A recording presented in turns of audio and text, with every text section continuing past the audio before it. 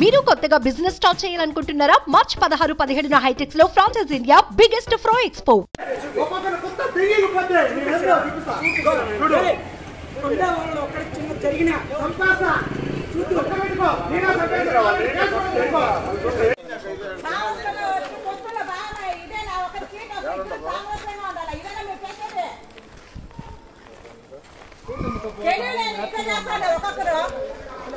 తెలియదా కొంచెమన్నా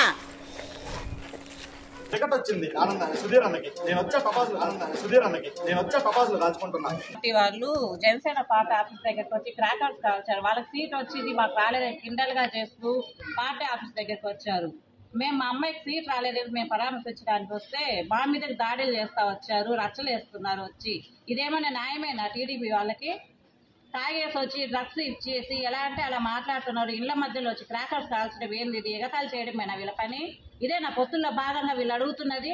ఇద్దరు పొత్తులు అన్నాక ఒకరికి సీట్ వస్తే ఇంకొకరికి వచ్చినట్లే భావించాలి. ఇదేనా వీళ్ళు కిండలుగా చేసేది? ఇదేమైనా న్యాయమేనా వీళ్ళకి? ఇలా ఇంకొకసారి ఇలా జరిగిందంటే మేము మాత్రం సహించేది లేదు. పోలీసులు స్టేషన్ గడే రమ్మన్నారు. మెయిన్ ఏంటంటే ఓడి ఊరు పంపించారు.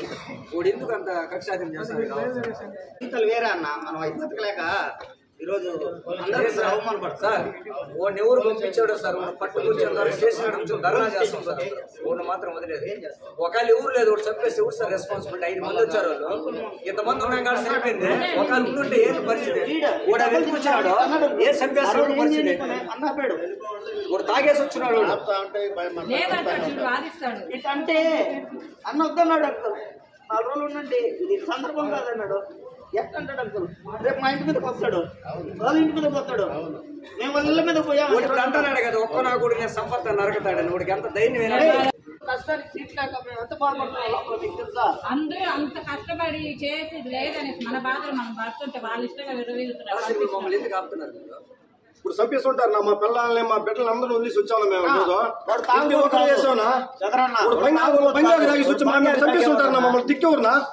మేము అందరూ వదిలేసి వచ్చానా? మేము పవన్ కళ్యాణ్ కోసం మీకోసం ఒక ఆడ మనిషి కష్టపడతాను. నా భార్య, మా అమ్మ, మా నాన్న, మా తమ్ముడు భార్య, మా వదిన కూడా అందరూ కష్టపడతాను పార్టీ కోసం. ఈ పొద్దుడు అంత ధైర్యం వచ్చాడంటే ఎవరు పంపించారు నువ్వు? అదే టపాసులోడు కాలుస్తాడు అంత రచ్చుకునే విధంగా చెత్తగానే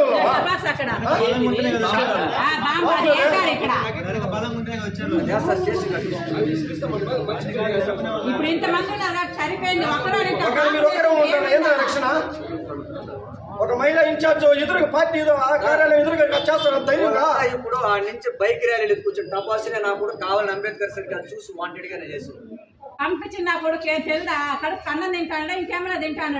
చచ్చిపోయింటారు, రాళ్ళు ఎత్తుకున్నారు నా, రేపు కొట్టుంటారు. మాకేం జరుగుతా? మా ఇంట్లో ఎవరు దిక్కు మాక? స్టేషన్ ఇంత ఎత్తుకుని ఆపైనా హేమంత్ ఆ అబ్బాయికి ఏమైనా ఏంటి? ఎవరు కూర్చి ఇప్పుడు వాడు చూసుకుంటాడా?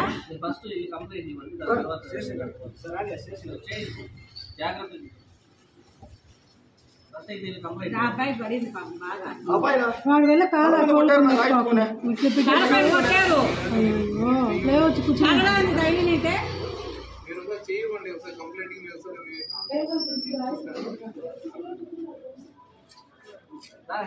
ఏంద్రా మరి ఇంత ఇదినా?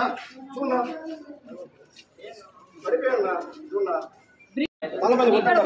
గొడకు లాగొచ్చుడు ఇక్కడ. ఫస్ట్ స్టేషన్ దగ్గరికి వెళ్ళి మళ్ళీ గవర్నమెంట్ తీసుకెళ్ళండి.